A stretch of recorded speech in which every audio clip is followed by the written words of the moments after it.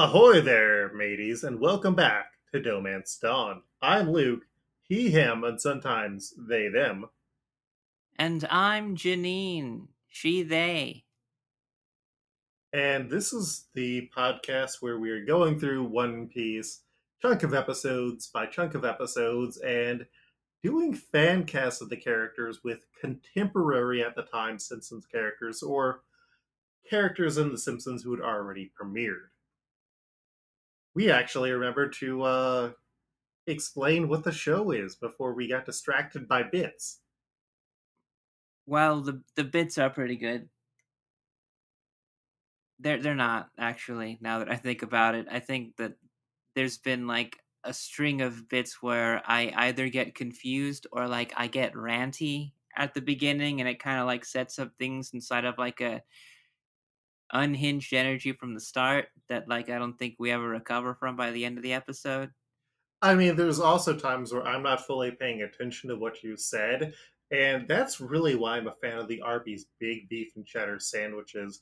I don't necessarily like with the Arby's sauce on it. Like, I appreciate when they ask if you want that or not, because it shouldn't be seen as standard. I feel like Oh. But yes, welcome. so One Well, Piece. One Piece. That's the name of the treasure in the Grand Line. So, Janine, I've got good news. What is the good news? I have been reading the manga. Like I started that like 2 episodes back. And you can read. Yes, I can. Luffy and Zoro kissed, and then oh wait, no, this is non-canonical. That's fine. But yeah, I hit volume 100 today, or well, last no, I was reading up late last night, so I hit 100 today. Congratulations. Thank you. How long did it take to get between like 1 and 100 for you to read, and how long did it take for 1 and 100 to get published? So it took me like maybe reading 45 minutes or so every night, about 3 weeks or so, minus the times when I would like edit. Plus a few times where I was just reading during the day like a weirdo. And it took the manga like over 25 years to get there because it Well, started in 1997 and uh, chapter 1000 came out or in Japan last year. well, they're gonna have to start making them faster because you just keep on getting through them. Hmm. That's me. I am a mindless consumer of media. Also, I read like over 150 chapters of Yu-Gi-Oh in this past week on like a 2 day spree. And then I was just like, oh, I need to do actual work. But getting back to what this show is about, and not just talking about how much I read too much like a nerd, I had a mint. In the last episode, I want to clarify I do not have any issues with Avril Lavigne, but I will still goof on Nickelback. I just wanted to clarify that. I feel that's like the safe area of things now because while there was like a lot of hate up on Avril Lavigne when she had premiered, I think in retrospective, her place inside of pop punk and the pop scene in general could really see like a shifting at the time, even up onto the much more you know female demographic pushed things that went away from the sort of just like just singer and diva and started moving much more towards as female bands that would then like start paving the way for how other people who played much more harder music, much more respectable music came along a lot later. I don't want to say like completely paved from before that, but just because there was like a familiarity, it wasn't as seen as like a big deal. She helped to bring a more recent public acceptance to female rockers in the mainstream in a way that hadn't been seen for quite a while because of the resurgence of the pop stars like your Christina Aguilera's and Britney Spears at the time, who were more objectified than treated as actual musicians in their own right, and helped to bring that back, unfortunately enforcing a dichotomy of what female musicians can be. We talk about Yes. One Piece and we talk about The Simpsons on this podcast. That has to do with neither. That was just a little bit of bonus. Another podcast that Luke and I probably could have been able to do, but we're doing this one instead. What are we doing today, Luke? We are going to read off names of multiple female musicians' songs, and then I have to figure out if it's Avril Lavigne or Taylor Swift, and I am going to do horribly at this game. We're going to be throwing some stuff in from both of their country stints, too, just to make it even harder on you. Oof, I am all out of faith. That's Natalie and Brulia. But no, we are going to be covering the bunch of One Piece episodes that released in Japan between October 28th and December 9th, 2001. And we are back into Simpsons season time, my friend. We are also in that era where Fox is both like, hey, we really love having the Simpsons on, but we will preempt you if we need for baseball, because, that's how we get our money. Not like now, where uh, Simpsons is a major, even larger franchise at this point than I think it was back in 2001. It's a weird thing to think about. Mm-hmm. Episodes that released during this time were Treehouse of Horror 12. That's the one where Homer and all of his loved ones are cursed. There's the Pierce Brosnan, I believe, Murder Robot House, and you get yeah, it was Pierce Brosnan, and you also get a Harry Potter thing because, times they are a changing. There was also the Parent Rap, where Homer and Bart, and then Homer and Marge are tethered together by Judge Constance Harm. Homer the Mo, where Mo makes the bar trendy, and so Homer opens a garage bar. REM appears in there. A Hunka Hunka Burns in Love, where Burns falls in love with Snake's ex, and the Blunder Years, where a hypnotist makes Homer remember that he found a corpse in a body of water as a child. We got a bunch of new characters who we can now use. Jane, are you ready for some of these ones we can use? Sure, let's name off a couple. Yoda, Lord Montemort, Judge Constance Harm, Rumbelina, Michael Stipe, Chinese Humongous, and Mesmerino. I remember it wasn't too long ago we actually wanted to use Judge Constance Harm. One of our guests did, and it was like a pretty good stopping. Like, gave us some pause, but then we just found out that it was just too late, just a little bit. Yep, that was literally the last episode. Chris wanted to use her for Dr. Correa. And it would, honestly, I feel personally, make a pretty good fit, but that's not the game that we play. The game that we play has stupid, weird rules that we apply to ourselves, and we gotta go with them all the time. That we do. We also have to go and list off the episodes that we covered in this episode. So we're covering episodes 85 through 91 of One Piece, which include Dream of the Outcasts, The Quack, Dr. Herolock. Here elects cherry blossoms and inherited will. Against Wapple's Army Corps, the abilities of the Baku Baku no Mi, or Munch Munch fruit. Zoan type devil's fruit. Chopper's 7-level transformation. When the kingdom's rule is over, the flag of conviction lasts forever. Here elects cherry blossoms.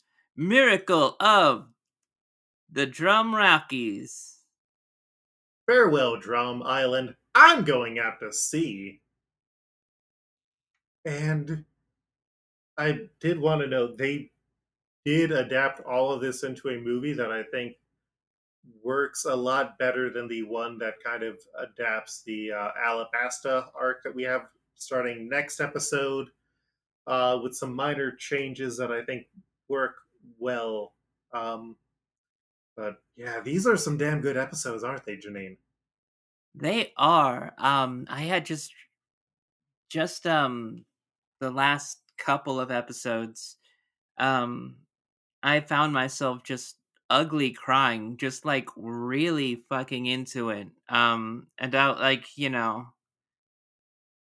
it wasn't until the ending credits were done and they were like saying things for the next episode that I was just like, yeah, I think I'm in it now. Like I think like without the podcast, I'm still gonna keep up and still keep watching One Piece because it's just like it's hooked me before to kind of like convince me that this is like good to watch, but now this is like I gotta watch it. Yeah, like there are maybe two arcs that really, three arcs that really don't work well for me. One of them where a lot of people drop off. Like that's not too far away, but like yeah, Doctor Heroluck and Drum Island are great. Let's see here. I think the best thing that I liked that these episodes had done, um, and why I'm glad that we held off on naming Chopper. Tony, yeah, is because there was just a lot of story that they kind of kept and then just kind of like fed into it as you kept on going. They did the One Piece thing where people keep on like missing each other like that we saw before, but now it's just like played up to like it seems kind of like weirdly realistic, right? Like, oh, what's been going on over here while all of this is happening? Absolutely nothing because they have no idea that anything is happening over there. I mean, I Hmm. love it. It's pretty well paced compared to the pacing of other arcs that came before. They do a really good job of splitting the party and like giving everyone something to do. And it's one of those things where I feel like a lot of animes can sort of fall into a point where it's like, well, our solution is going to be everyone has like one specific villain that they have to fight that's kind of like paired to their abilities. And you don't get that with One Piece that often. There's a few arcs where they do it, and I think it works well, but they also work to subvert it. And Right, right. And I think like this one, like it just goes to show you that like um Oda, no. Jeez. The name of the king, Wap, oh Wapol. yeah, Yeah. Wapol himself is pretty easily handled. Like before they even get to the island, he's already dealt with. He just like comes back later and like isn't really like that much of like a problem. He's just tricky in some situations and they had other things that were like bearing down on them that made, shit worse for them. like the Lapins. Yes.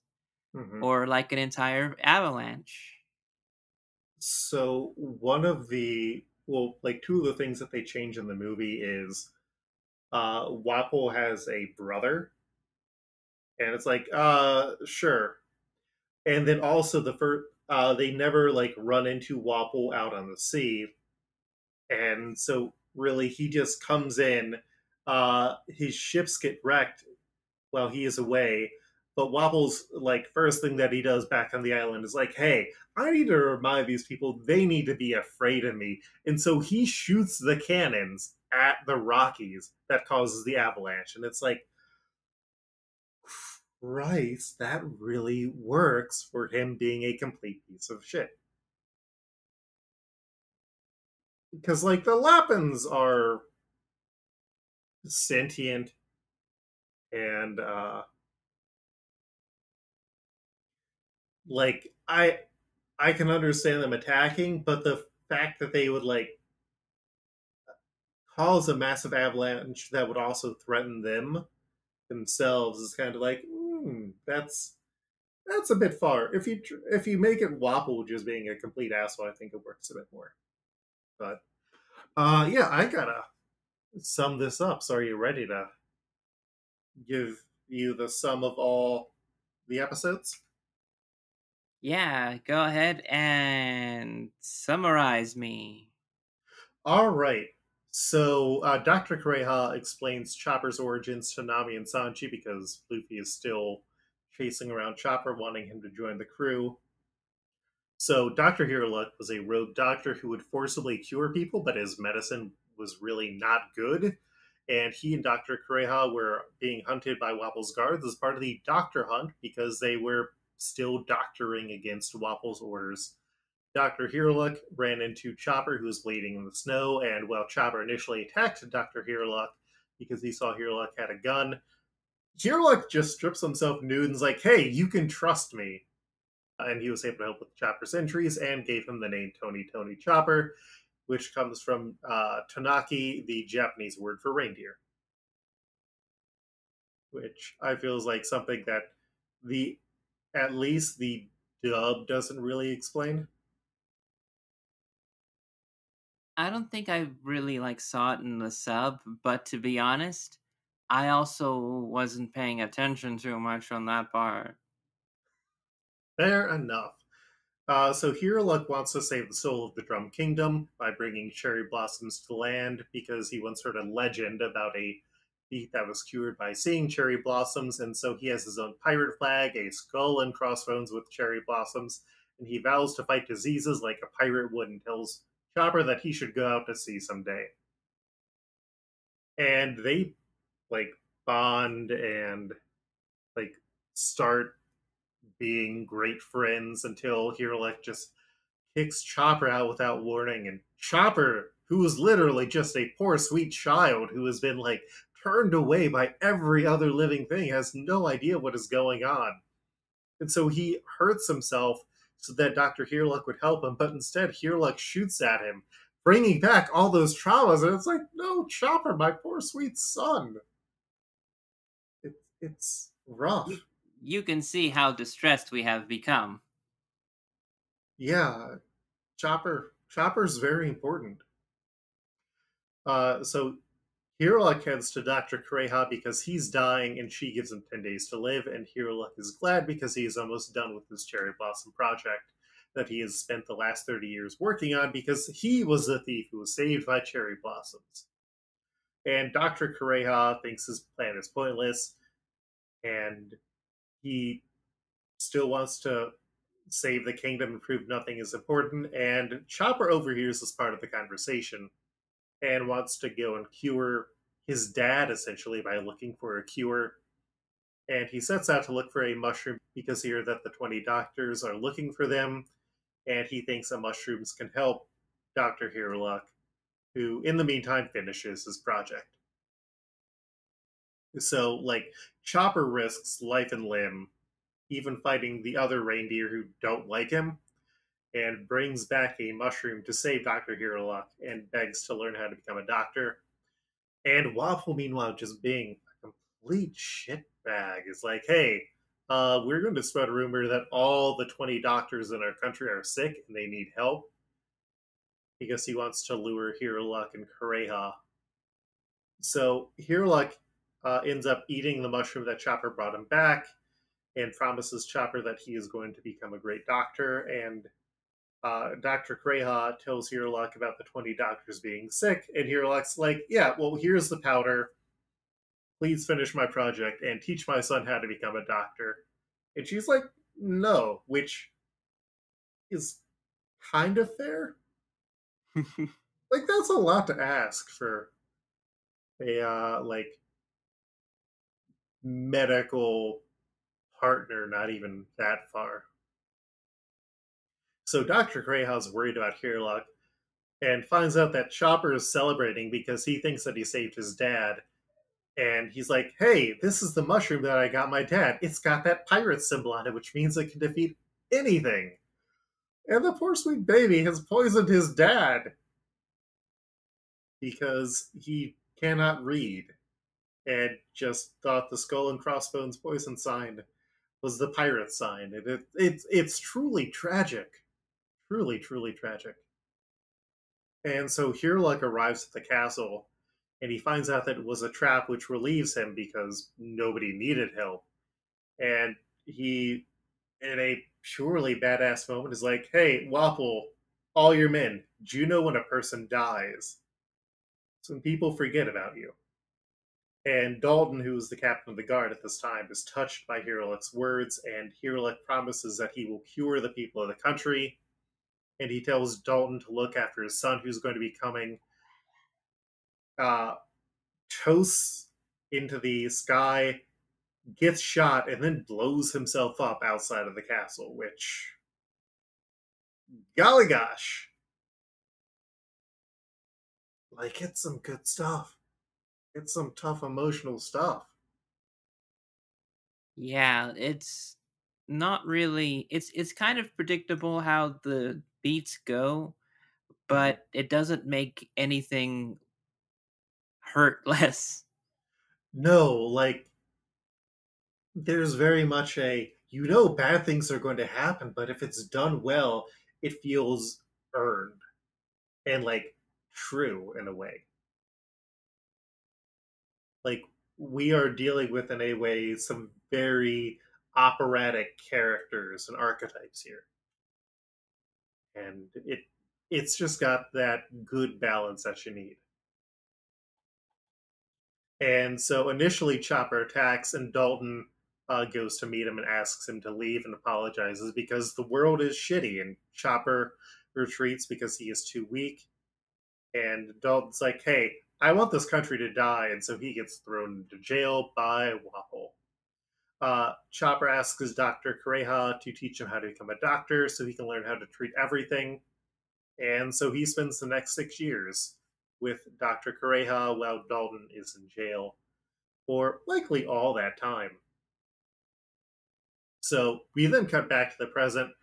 Chess and Kuro Marimo and Wapol finally get up to the top of the castle, and Kureha is like, hey, Wapol, you don't own it. You left the country. And Luffy almost kills Wapol there, and then he realizes that it is cold again, and he has to borrow Nami's coat because his own coat got destroyed climbing up the mountain. So Wapol, knowing he is in for a fight, uses the Munch Munch factory to eat Chess and Kuro Marimo, reforming them into Chess Marimo, a hybrid of the two. Like, they never get into what it actually is. Like, are they a singular entity? Are they just stacked up? It's eldritch horror in a way. Well, on the sub, Zoro just says like that's just one guy on another guy's shoulders. Hmm.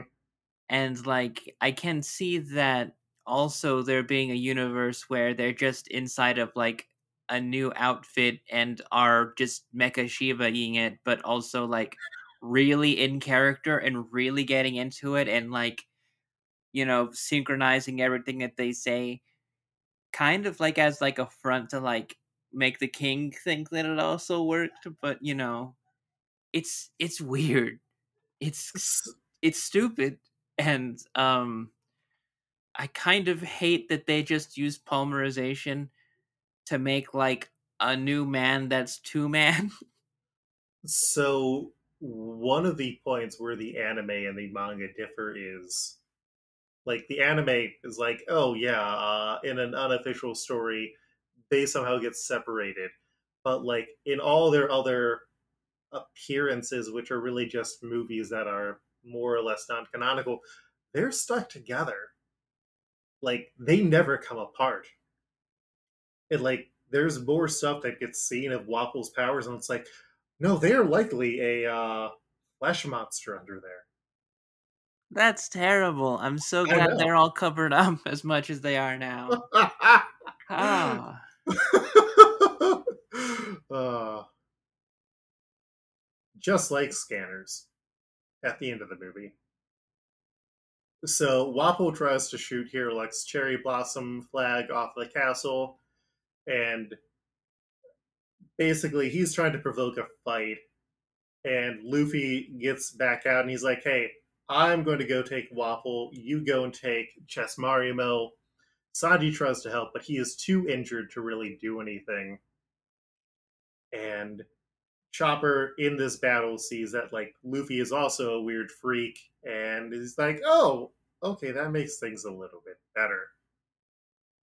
And so Chopper uh, is like, "Hey, my dad would want me to forgive you, but I'm not down with that." So he pulls out a Rumble Ball, which gives him an additional set of 4 forms for a limited period of 3 minutes, and he uses all of these to dodge long enough that he is able to like find Chessmarimo's weaknesses and take them out. Meanwhile, like back down in the villages, the 20 doctors go to save Dalton because they're like, "Hey, yeah, no, you were right the entire time. You and Dr. Hirolok." Vivi, Zoro, and Usopp show up, and they decide to head back up to the mountain, along with Dalton, who's pretty much ready to do whatever it takes to stop Wapple from retaking the castle. We also get a like gray moment where Usopp's like, "Yeah, Dalton, I'll carry you the entire way," and he just does not have the strength. I love Usopp.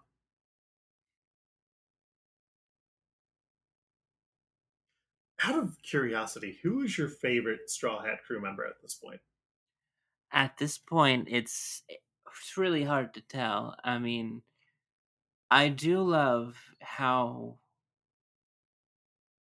all of them are just like themselves but at 11. It's like Community where every single person in it is a weirdo and you Mm-hmm. have one character that you think is going to be like the normal one that kind of like has to be like the ringleader for all of them, but then you find out that they're also kind of like a little bit weird too. Would that be Nami? Yes. Yeah,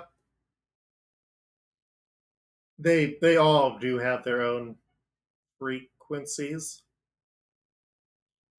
Anyway, so yeah, they are heading back up to the tram that they found that is connected between Dr. Correa's house and the castle. So Luffy, meanwhile, got distracted by Chopper's powers, which is fair. Like, it's a good battle. And Wapple went inside the castle looking to get access to the armory that's in there. He sees Nami, chases after her, but he is too slow, so he eats himself, which is a new type of vor, I think. And he catches her briefly before Luffy knocks him back. Nami decides that she is going to charge Luffy for destroying her coat, and Wapple, meanwhile, goes to open up the armory, and he is unaware that Nami stole the key, so he ends up heading to the biggest weapon, the Tin Titan cannon. Luffy finds him, though. The cannon no longer works because it is a nest for snowbirds at this point, and Wapple tries to blast Luffy, but he escapes, and then Luffy shoots him off into the sky using a Gum Gum Bazooka, defeating him. And because they stopped updating or they stopped adapting the chapter cover series, we don't see Wapple for like 800 episodes. Well, holy shit. Yeah, yeah. Um, I did want to note that one thing that I noticed that kind of stood out that I wonder if it did for you, and I'm just curious if this Mhm. is a purposeful connection. But Wapple's forms of um, Slim Wapple and Wobble Wapple, I did see immediately before resemblance to the Heat Miser, and then just Long Wapple is just basically Snow Miser in the same physicality. I'm wondering, was that on purpose, or is that just like it's more of like a Wario Waluigi situation? So I think this. I've got to see, when did Waluigi first appear? Uh, I mean, he would have appeared in the year 2000.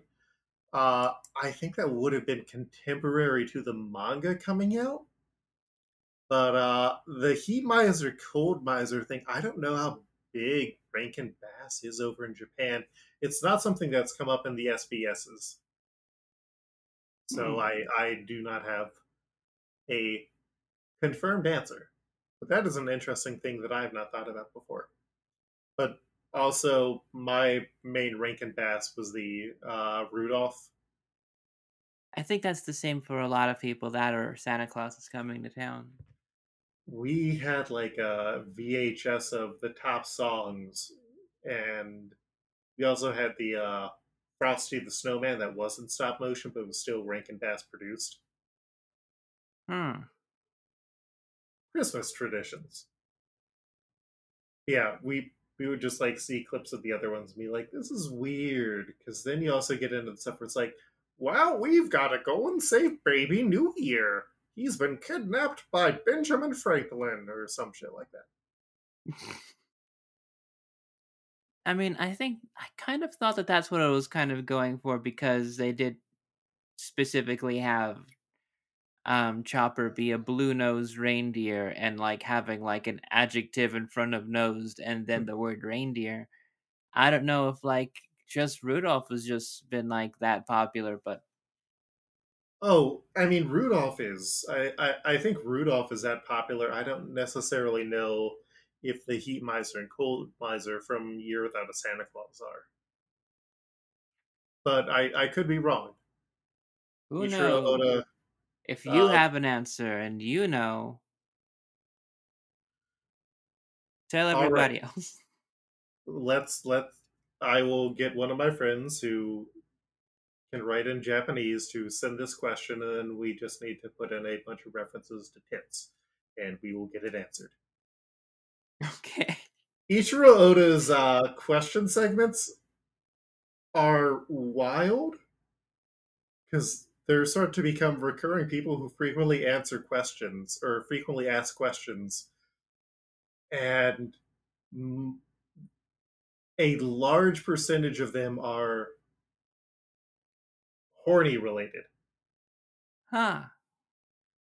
And I got to a point in like volume 90 where it's like, oh, hey, one of the guys who's become sort of a meme for frequently asking questions and then Oda kind of being sarcastically angry about things.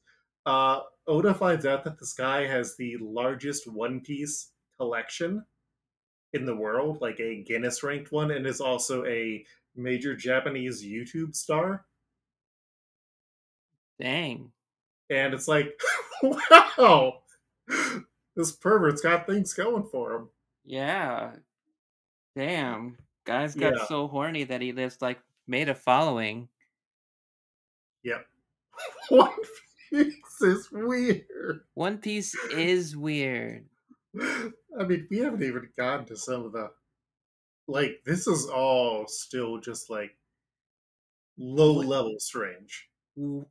as strange as it is, what I find, great is just the amount of heart that's in it. Hmm. The Oh yeah. the I mean, this one was, like, definitely anti-fascist, pro-universal healthcare if I've ever seen something like that. Even if, like, universal healthcare is everybody gets treated, and I'll just take whatever I want from you. Hmm. So Chopper decides that he wants to stay behind because he thinks he's too weird to be a crew member and even a friend, and Luffy just refuses to take no for an answer. Kureha, meanwhile, has been moving the castle cannon armory outside, and it turns out that she wanted Nami and Sanji to stay for 2 more days and also is going to take all their treasure. Nami's like, hey, I got this key. And Dr. Kureha more or less lets her use that to pay for everything, including leaving early. And we also got the great scene where everyone like gets up to the top of the mountain and it's like, oh, Wapple's already gone. Great. Just a wonderful, yeah. The rest of the party was here. They kind of had their own stuff to do. That's good enough. And so Chopper comes to say goodbye to Dr. Kreha and tells her that he wants to become a pirate, and she chastises him. And when he stands up to her, she starts attacking him to chase him away. So Chopper steals her sleigh to grab the Straw Hats, and they leap off the mountain into the night sky, running across the rope. And as they disappear into the snow, Dalton asks Dr. Kreha if she regrets things as she cries because he is also her son. And then she shoots the cannons into the sky using Dr. Hirulek's potion to turn all of the falling snow in the kingdom pink, and it looks just like cherry blossoms, achieving Dr. Hirulek's dream to restore the kingdom. And Chopper gets to see his dad's dream come true. And she wishes her son the best. It's beautiful. Like they earn it. I fucking cried so hard. And it's also like a realistic thing that happens in nature. Or more because we fucked up the environment, like the snow turning different colors. Science. And so But it's on purpose this time, and it's really sweet. it is like a beautiful moment. The crew welcomes Chopper to the ship with a party, and Chopper finds out that they also now consider him one of their friends. Karu, who froze in the river, reveals that he tried to save Zoro, and Chopper reveals that he can also talk to animals. And Chopper is worried because he forgot his bag, and then Nami reveals that it was already packed in the sleigh, and he puts together that Dr. Kureha left for him. Is great. And the pirates continue to celebrate their new friend. And as he waits, we also get a scene where Dalton thinks back to a time at the World Summit where everyone was talking about the dangers of Dragon. That guy came back, Janine. And Oh. Waffle was like, I don't give a shit. I control my country with an iron fist. Y'all just suck. And Cobra Nefertari or Nefertari Cobra, depending on what order you're reading it in. Vivi's dad is like, hey, yeah, we're all kind of in this together. Dalton got to see a younger Princess Vivi who was slapped by Wapple, and he basically wanted to make an incident. And Vivi, knowing how important that it was to keep the peace, just kind of had to walk it off, even though it really fucking hurt. Which, I mean,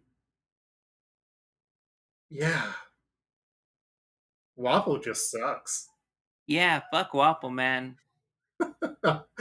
Controversial takes here. A I villager don't know, also. like, anybody who's just gonna, like, throw doctors into the sea and then keep all of them for himself. Mhm. I don't no, I don't think that there's gonna be anybody who's gonna be like, "Well, what you see is that what it did was it really made it like state health care. Just whenever he was feeling like it, you could just have a doctor every once in a while." I mean, Wapple did inspire one of my first D&D characters, but Amazing. Mhm. You have to clarify because there's a lot. Wobble is a Uh, lot. I wanted a character who could eat through anything. Ah, okay. Yeah, and there were some specific mods. There was also some Luffy in there because I had access to the Lords of Madness book of aberrations, and it was just like, yeah, here's a feat where you can digest anything, and here's one where you can just stretch. And I was like, yeah, that's good enough for me. And then I died like 3 games in. Amazing. Hmm. Don't live your life like Wobbles, everybody. Yep, you'll die in a pool of acid because you don't fully understand the game you're playing. A villager suddenly remembers a mysterious pirate named Ace who was searching for Blackbeard, who came and told them that he was going to be waiting in Alabasta for Luffy and to pass on the message, which didn't happen. And Kareha asks if Dalton knows about Gold D. Roger and says the spirit of D still lives. It's not Gold Roger, Janine. It's Gold D. Roger.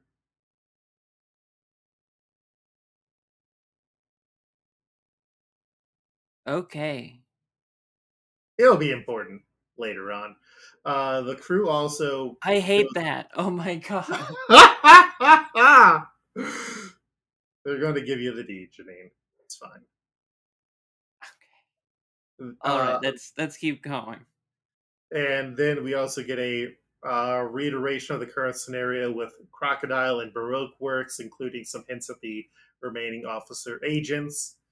And then we also see that Mr. 2 Bon Clay landed on Little Garden where he was supposed to kill Mr. 3, didn't find him, and he's like, hey, if I don't kill Mr. 3, we're probably all going to get killed. And Crocodile hears a report of pirate attacks and sets out to handle them as the hero of Alabasta. We went off on some tangents there, but I think we got through pretty quick considering there was a lot there. Not just story, but emotion as well. Yeah. I Love emotioned to cry. so hard. Same. All right. So I did want to give a shout out to the gang over at the One Piece podcast, including Steve Yurko, who were willing to give us some shout outs and help to kind of promote the show while also promoting a artist search that we did. We'll get to that in a bit later.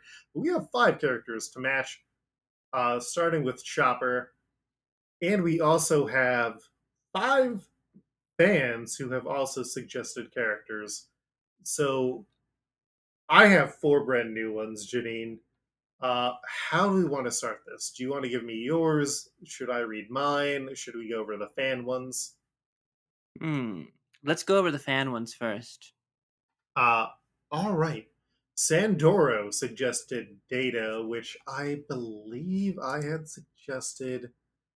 Yep, last time. Mike P suggested Rotter Todd, whoever is younger. That would be Todd Flanders.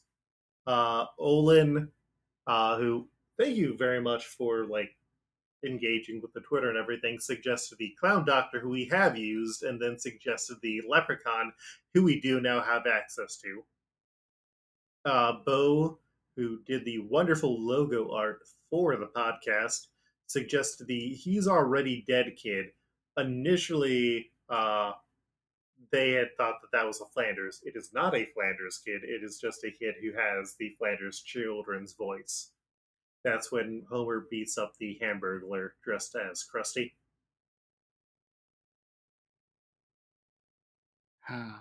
Good times. Mm-hmm. And then Scott suggested Ralph or Martin. So I had 4 going in some very different uh, paths than we had last time. And I won't go into any of the ones that I have right now because, well, we'll save the arguments for when it's time for arguments.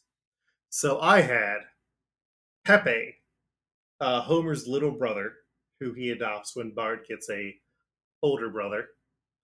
Dash Dingo, the star of Dash Dingo, who is essentially a knockoff Crash Bandicoot. TV's Doogie Howser. And last in my wild idea column, I have Smilin' Joe Fission. Oh my. Janine, who do you have? Sorry, I'm still reeling from TV's Doogie Howser. Yeah, TV's Doogie Howser, who was played by Neil Patrick Harris, but they don't actually credit him as Neil Patrick Harris. That was in the episode Bart the Murderer, where he plays Bart in the made for TV movie about the incident. Oh my god. Remember, TV's Doogie Howser was still a child. Is it we have a child doctor like Yes. in the running already.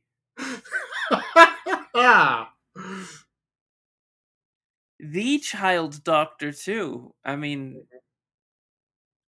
Follow your heart. all right. Well, let me throw down some of my picks. Hell So yeah, we're I doing can this be able. Yu-Gi-Oh style. Yes. Okay, here we go. I still think Poochie. Uh-huh. I think a lot of the cool and radical transformations and fighting still in my heart thinks that this character kind of steals every single scene that he's in. I this is coming as a person who's seen more of the show. I think you Chopper, who is out for revenge, is very different than who Chopper becomes, which is not a bad thing. Chopper is also like the youngest member of the crew, and is essentially a child who is also a doctor. He is not as rad as I think a Poochie would be. But sorry, go and give me your others. Mojo. Homer's Helper Monkey. Yes, the exact one. I feel because I feel like that after watching that very last episode, that's it's very possible that Chopper gets into a Mojo like situation where he's just like progressively just more corrupted by the buffoonery that goes around like around him, that he'll just become just like this, I don't know, boy with the rest of them. They're just a rowdy group of boys. I mean, that's not wrong. I was also laughing because one of the things that they've started doing more recently in the question segments in the One Piece manga is they'll do a, hey, could you show us what these characters will be like at 40 and 60 years old? And both of them and all of them have like a good future and a bad future. And I'm just remembering Evil Chopper, evil 60-year-old Chopper. All right, and who else do you have? My final one, Sir Loves a Lot. Because this little guy, he can love a lot. Mm-hmm.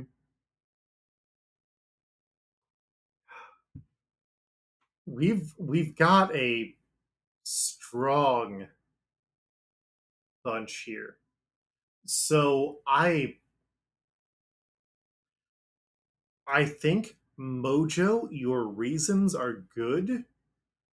I think your fate of Mojo is not necessarily appropriate for Chopper compared to Pepe, because Pepe is a child who wants a father figure, who comes from a rough background with a family that we never see that essentially abandons him, who is willing to listen to anybody, including absolute idiots who don't know what they're talking about and who will potentially do harmful things, and who has parental figures kind of willing to sacrifice themselves over complicated relationships with things. Also, Pepe is cute.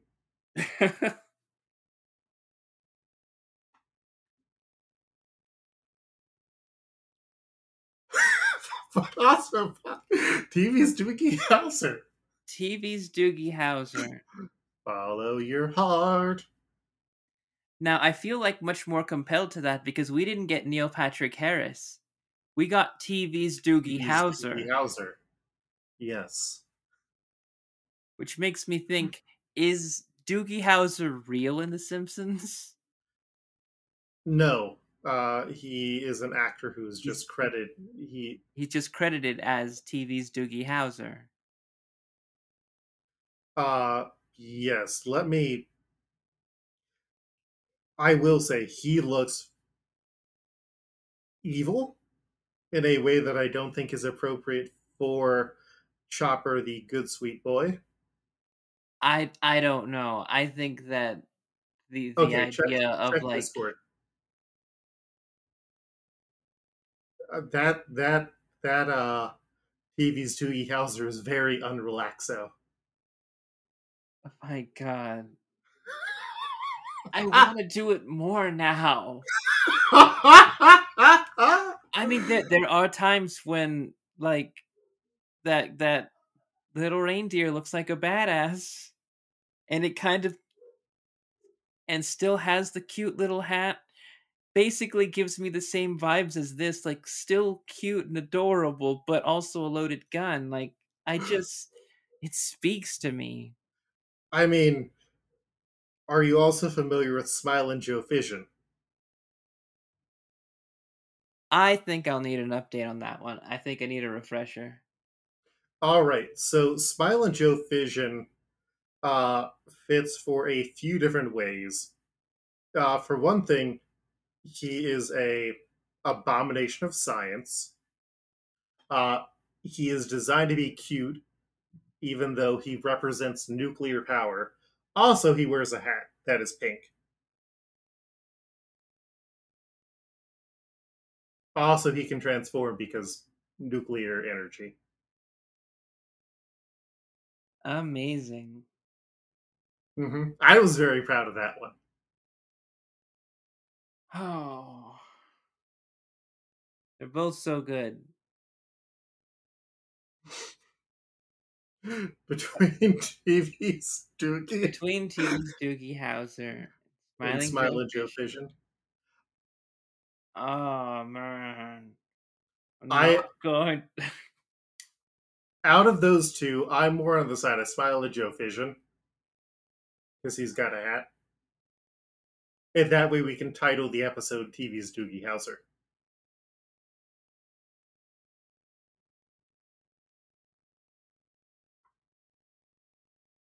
I don't know. Hmm. This one's really hard. This one's just so hard. Um, let's wait on this right now and come back to it. There. Let this sit for a while. We have other names that we don't want to hold up too much. Yep. We don't want to get stuck on. We don't want to get stuck on the first one. All right. Up next, we have Dr. Hirolock. I only have one suggestion for him because I think it's perfect. Janine, what do you have? I have Professor Frink. There. Because he does invent things and he is a bit of a quack. Are you ready for me to hit this proverbial baseball out of the park? Sure. Dr. S, the Spirograph Man. This country will be healed when spirographs make their return, Janine. My He's got God. crazy hair. He's got the vibe.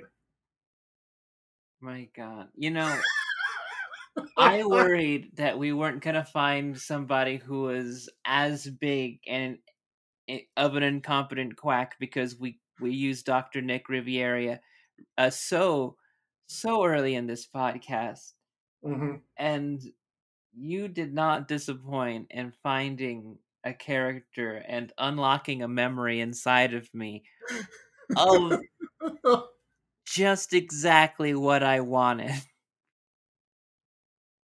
so we Dr. S Spirograph, yes. thank you. Up next, we have Tress Mario, who I debated having on as their own separate entity since they don't have their own birthday, which I guess would probably be whenever they. It would be like halfway the average of their two birthdays. but also I most would people just do just 2 birthdays. fair.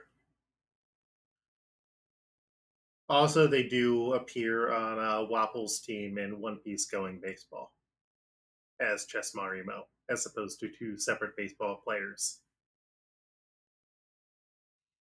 Uh, yeah, I wasn't entirely sure if we were going to rank them all. Uh, who did you have? I had Burns Homer. The Hmm.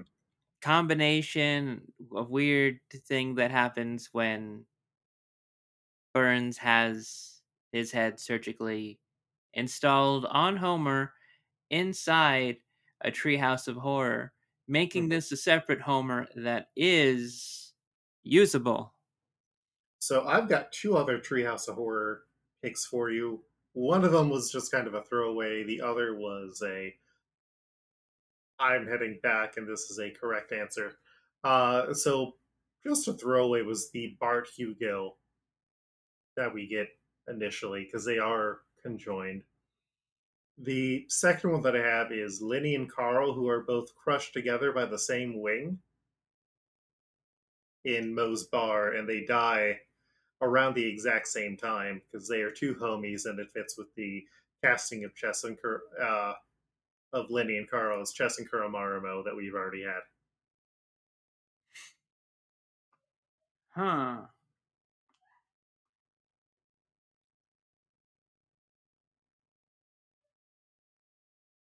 I mean, if that one fits. Yeah, I mean it's a Treehouse of Horror; it's their own thing, and we're going back to characters we already used. Right, So yeah. To tell you the truth, Burns Homer was just like the first instance that I found of 2 characters that was 1 character. fair enough. Well, we'll do Lenny and Carl who die in the Treehouse of Horror that we discussed this episode. That would be 12. We then have Nefertari Cobra. Cobra! I had two options because I was trying to think of political leaders who have good reputations, but who also have to go through a bunch of shit because of people who don't like them. That was the vibe? Okay. That's more of he is the king of a kingdom that a coup is being used to kick him out of office. Yeah. So I had Jimmy Carter and Al Gore. Huh. Good picks, good picks. I had the Simpson that shoots birds at the airport. I really didn't know if this guy was gonna show up again, and the only thing that I got, like, that was in my head was just, like, um, a relative of somebody, I guess maybe important, probably not too smart to find out that, he's gonna get stabbed in the back soon. Oh no, like that's a 3 stars for the full series. So he has a big role to play coming up. Okay,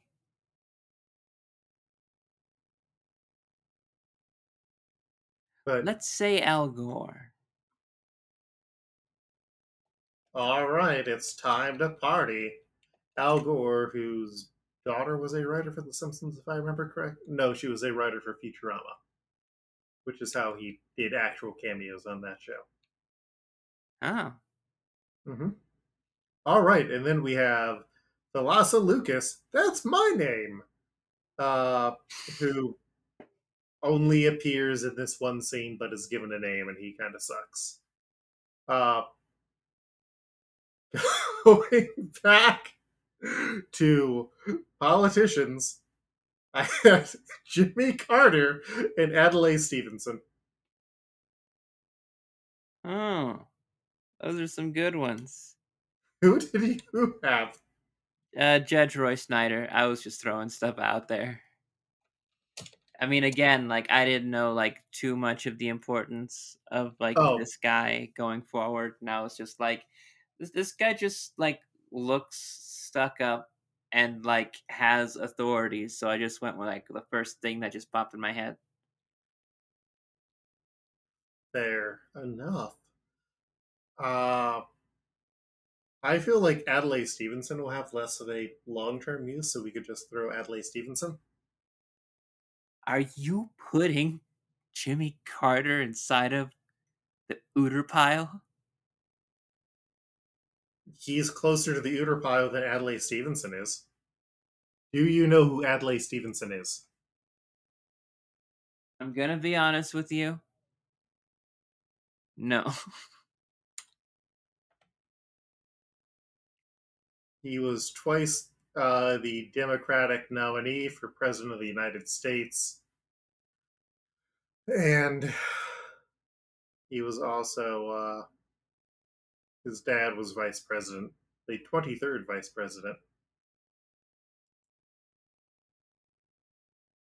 Wow. Mm-hmm.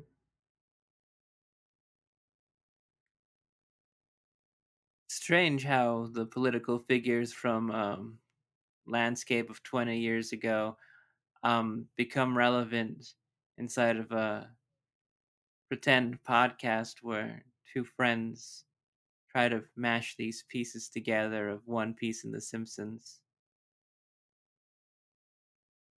One Piece.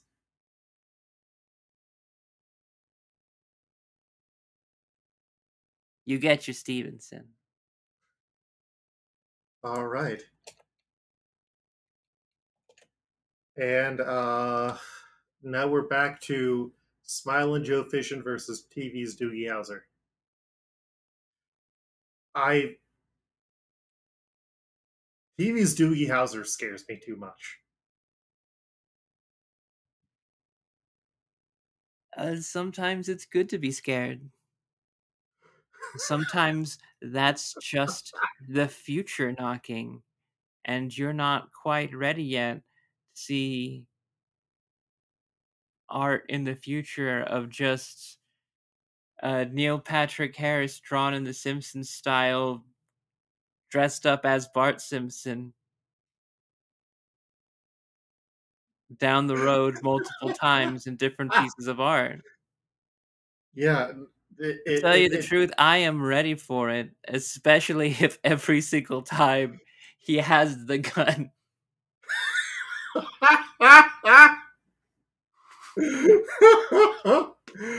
Chopper would not use the gun. Chopper hates guns, Janine. Yeah, but that just makes Chopper more like Batman. I mean, like, Ah!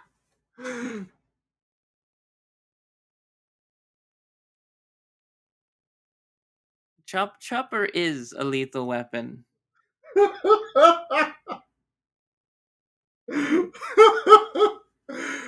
Which lethal weapon is he? The fourth one, I think that one has Joe Pesci. I've only seen the first one. Who knows? I love how I put TV's Doogie Howser on as a joke, and now it has come back to bite me. Listen, if it wasn't for TV's Doogie Howser, I'd still be arguing Mojo. Even though Pepe fits more for what you liked about Mojo. Yeah. I mean,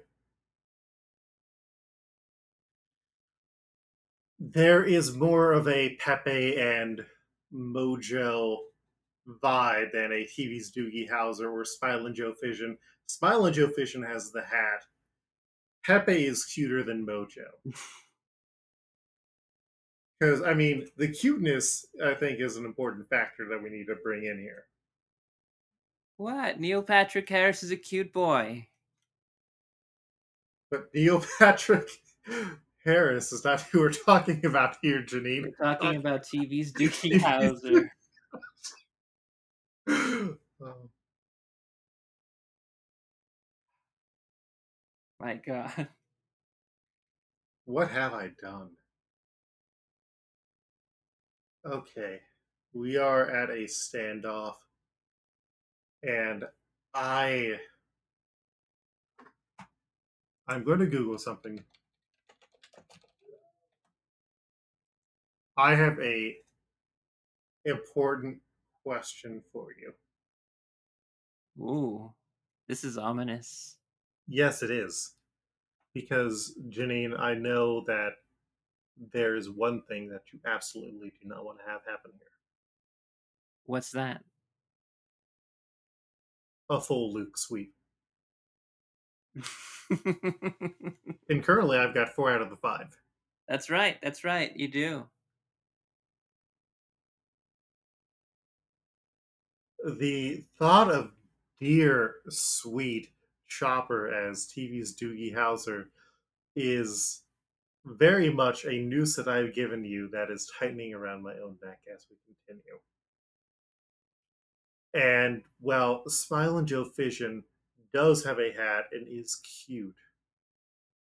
You know who else has a hat? Who is not on my list? And it is not a metal helmet. Poochie.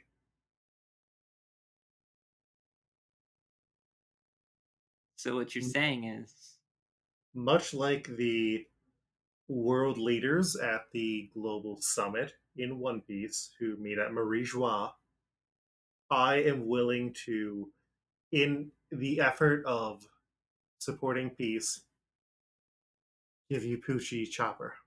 ah, wiggity wiggity, Poochie's in the house. Yes, I'll take it. Also, Poochie would have the will of D. He's Poochie D. That's true. All right, so I hope all of you are on the edge of your seats and not doing any other sort of edge sitting because it's dangerous for multiple reasons. To go over the choices that we have made today that are unchangeable and will only serve to haunt us in the dark futures that we are heading into. Uh, as a side note, Abby and I finished watching the most recent season of The Simpsons, and the last episode about how middle or how the middle class jobs are vanishing is really really depressing and sad, and also kind of funny. Um, but much I lost my point there. But yeah. Anyways, for Chopper we have Poochie. For Dr. Hero, we have Dr. S, the Spirograph Man. For Chess Marima, we have Lenny and Carl who die. For Nefertari Cobra, we have Al Gore. And for Thalassa Lucas, we have Adlai Stevenson. We have preserved peace. We That's narrowly avoided TV's Doogie Howser Chopper. TV's Doogie Howser will return in Guardians of the Galaxy 4. What if I made that as a joke and then it comes true? Oh my god. I wouldn't be surprised at this point. Anyways, next time we finally reach Alabasta. Luffy becomes the worst Jesse Pinkman, and we get a hot himbo. Look Finally. forward to that in 2 weeks. Yeah. Also, if you don't follow us on Twitter, which you can find us at DohMance, that is DohMance. We put out a call. Colt, who has done all of the other covers up to this point, needed to take a step back because he is busy being a fireman and taking care of himself. Remember to take care, take a break when you need it. Don't burn your candle at both ends. Um, yeah, so we have brought on a new artist who has done this cover. That would be Mike Patton, who you can find on Twitter at Patton Pending. That is PATTENPENDING. Janine, where can people find you online? You could be able to find me online at Janine Juliet on Twitter and in various Luke Hair podcast productions. Hell yeah! I've got like 2 more weeks of my Ravnica established property playhouse, and then I can get back to figuring out uh, Fallout Grandpa's Cheese Barn. Oh my god, I forgot about that. Yeah, no, I have like notes out for it. I've just been too busy. Like I've got the loose outline for everything. I've got some production art made. Like it's happening. It's happening. You can find more out about that at Koltreg. That's KOLTREG. Or you can visit my website that I don't update often enough, lukehair.com. Really, Twitter is the best way to reach me unless you have my email, which you probably can't figure that out because it's probably nothing super simple at all. Uh, Janine, if they want to go and check out our podcast, they can go to DohManceDawn.com. That's DohManceDawn, which is a Tumblr. If you just listen on there, we don't always get the listens recorded in our numbers, and we really like those numbers. So if you are watching on the Tumblr, that is great. Please leave us a review or go into the nearest iTunes Apple store and like just download the podcast and make people listen to it. Yeah, and we should also mention the Twitter that's at DohMance. Mm-hmm. Then that's where people can be able to go so that they can be able to participate. And every episode, we ask for help with the name. Like you heard before, if you're listening right now, you have a Twitter and you want to hear your name on a podcast, you can do that. Or you can start a Twitter to do that and then come back to it 2 years later and then you're just on Twitter and you can't get off like I did. That's also possible.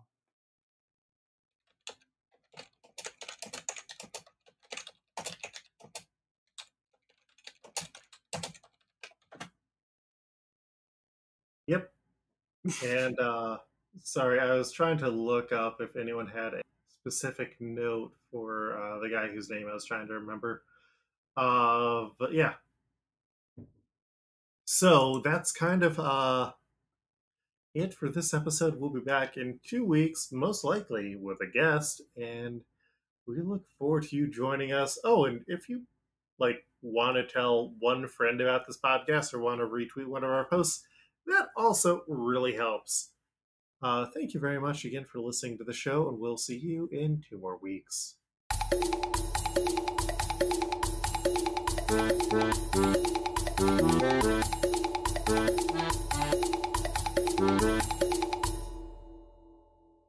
then I'm going to burp.